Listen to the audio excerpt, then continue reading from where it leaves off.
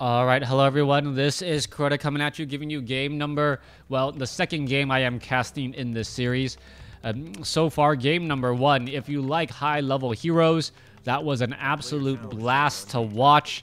A level 10 hero was able to grace us with their presence as we are now moving on into the second game here. All right, first thing to note, scout farm placed down. It is going to be a Potom.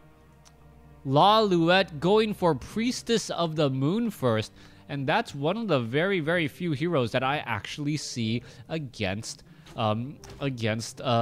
human. All right, the Priestess of the Moon is now out on the field. Wisp off over there. Ancient of War now coming into play, and the Priestess of the Moon is making her rounds, hoping to get a lot of damage done. Priestess of the Moon, very, very good at leading an army of ranged units. That True Shot aura giving so much additional damage. As you see, a peasant may end up falling right here, down to 37 hit points. Oh, denied right there. Archmage denying that unit as we are now looking at Searing Arrows. If Searing Arrows was used earlier, then that unit would not have been able to escape. And, oh, is it going to be enough? Yes, right there. Just enough. The Priestess of the Moon gets her man, so to speak, as the Priestess of the Moon now looking to back off. All right, what's happening next? Back over here. Priestess of the Moon now making its way off to the north. Could easily clear out some of these units here, just constantly pestering and pestering. Are we going to see dual Ancients of War? Yes, we are. Ancient of War, and Hunter's Hall. Hunter's Hall now coming into play. That means it is going to be a lot of... Oh, are we going to see the steal right there? Oh, nope, no steal there. The Priest of the Moon still sitting at 67 experience, will be forced to retreat. And this is going to be a little bit of a difficult spot for the Priestess of the Moon now. Priestess of the Moon needs to find a way to heal back up, not suffer as much damage, and get to level 2.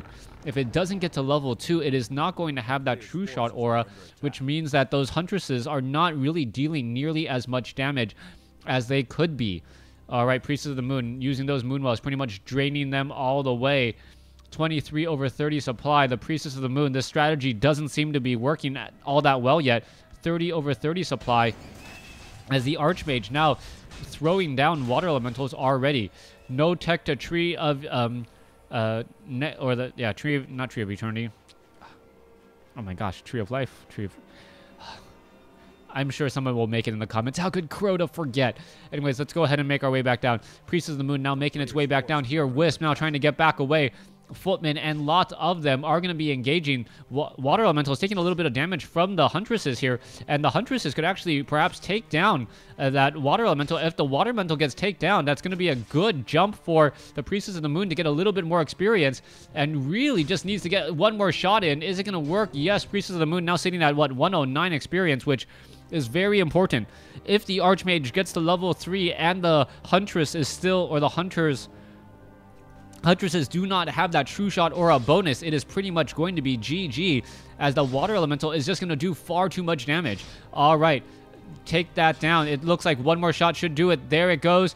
Searing Arrows finishes it off. Priestess of the Moon, 51 experience away. Meanwhile, detonation onto the Archmage. Archmage losing a bit of mana. Huntress is moving around very quickly. And this is actually the big issue for Huntresses. Huntresses, if you get caught in open field, well, it's like having a whole bunch of Nazgul chase you down. You pretty much have no chance whatsoever, as the Huntresses are now making their way back over here. Yeah, I know it's been a couple of years since Lord of the Rings. I played the game. Anyways, let's go ahead, and Archmage now making our way back over here. Gonna get to level 3, and a Scroll of Town Portal may need to be in order. All right, focusing down. This Water Elemental here, True Shot aura, is definitely in the cards here. Damage is being done. Just take it down. There it goes. Level 2, True Shot aura already underway, as the units are now trying to chase after those footmen, and this is actually going to start to be a problem. Are we going to get a blacksmith? Yes, we are. Are we going to get riflemen? Yes, we are. Is it going to be enough in time? That is the big question now, as the Huntresses chasing down the footmen. All right, a big beefy Water Elemental dropped back down into play. That damage able to do 60 to 80 damage pretty much. Or is it Is it higher? Yeah, 60 to 80 damage as the Panda now out on the field. Panda in a little bit of trouble getting caught in open field here. Gets a Breath of Fire back around. And you got to remember, though, that the Breath of Fire does not do very well against Huntresses, as they are larger footprint units, and larger footprint units generally do not clump together nearly as much. Water Elemental, one more shot should do it, and that Huntress is going to be able to get her character back over here. Huntress is going to be running back the other way. That Footman can or should be able to make it back. No, turns around to try and be brave. Brave or foolish, I'm not quite sure which one of the two, as the Footman, Huntress does get taken down, though, as the piercing damage does really rack up very quickly. Back over here, Panda falls at level 1. That will be quickly resurrected. Going back the other way, there goes another Footman there. Searing arrows, damage being launched over, as the Priestess of the Moon getting very close now to level 3. A level 3 Priestess of the Moon would be definite trouble. Level 2 True Shot Aura, all of those Huntresses getting an additional +5 damage, maybe even +6. I believe it's +20%, so it may be plus, is it +3, or is it 20%? No, it can't be 20%. That'd be a crazy amount of bonus later on. All right, maybe 15% per level. I'll have to double check my stats. I thought it was only 10, but the numbers just are not adding up right now. Might be a 15% bonus, which would be huge. 45% bonus at level 5. Oh, no, wait, no. The Priestess of the Moon is now at level 3, so it is +3. Okay, that makes sense. All right, so 1.5, so in from 2 to 3 damage bonus. All right, let's go ahead and turn back around. All right, Breath of Fire. One Footman just waiting to get that glaive bounced off of the top of his head. There it goes. Good job, LawLiet. As the Water Elemental now trying to fight back here. All right, detonations now coming through. Militia fighting back. Militia doing a great job. However, they are rather low hit point units, and the glaive bounce does hurt them a little bit more than any of the other units that are currently out on the field. Water Elementals, nowhere to be found. No mana to be had. Riflemen doing their best job to try and focus back all of those Huntresses there, as we're looking at the Archmage now looking to teleport back. Panda pretty much low on mana. Are we going to get more damage pushed through? Yes, we are. Priestess of the Moon sitting at level 3. Still pushing here. No guard towers to be had. Detonation constantly making it so that there are no water elementals because of the denial of mana. Panda now being forced to pull back here. Goblin Shredder is the only thing that's really fighting back consistently here. Riflemen now joining in as well, and the Riflemen are doing a good job. So far, Archmage needs to run. Archmage down to 32 hit points. Goblin Zeppelin picks him up, and with that, a beautiful save. 3 low hit point Huntresses all of a sudden look like they could be potential liabilities. All right, Goblin Zeppelin picking up units, dropping them off. Are more units going to be coming through? That is the question there. Archmage drops a unit, picks up a unit. Priestess of the Moon sitting at level 4. Units are now trying to fight back. Archmage continuing the fight, sitting at level 4 now. Archmage could drop a water elemental. Where is that water elemental? Rifleman, Archmage here. There you go. There's the water elemental. Panda now needs to back off, fighting back the other way.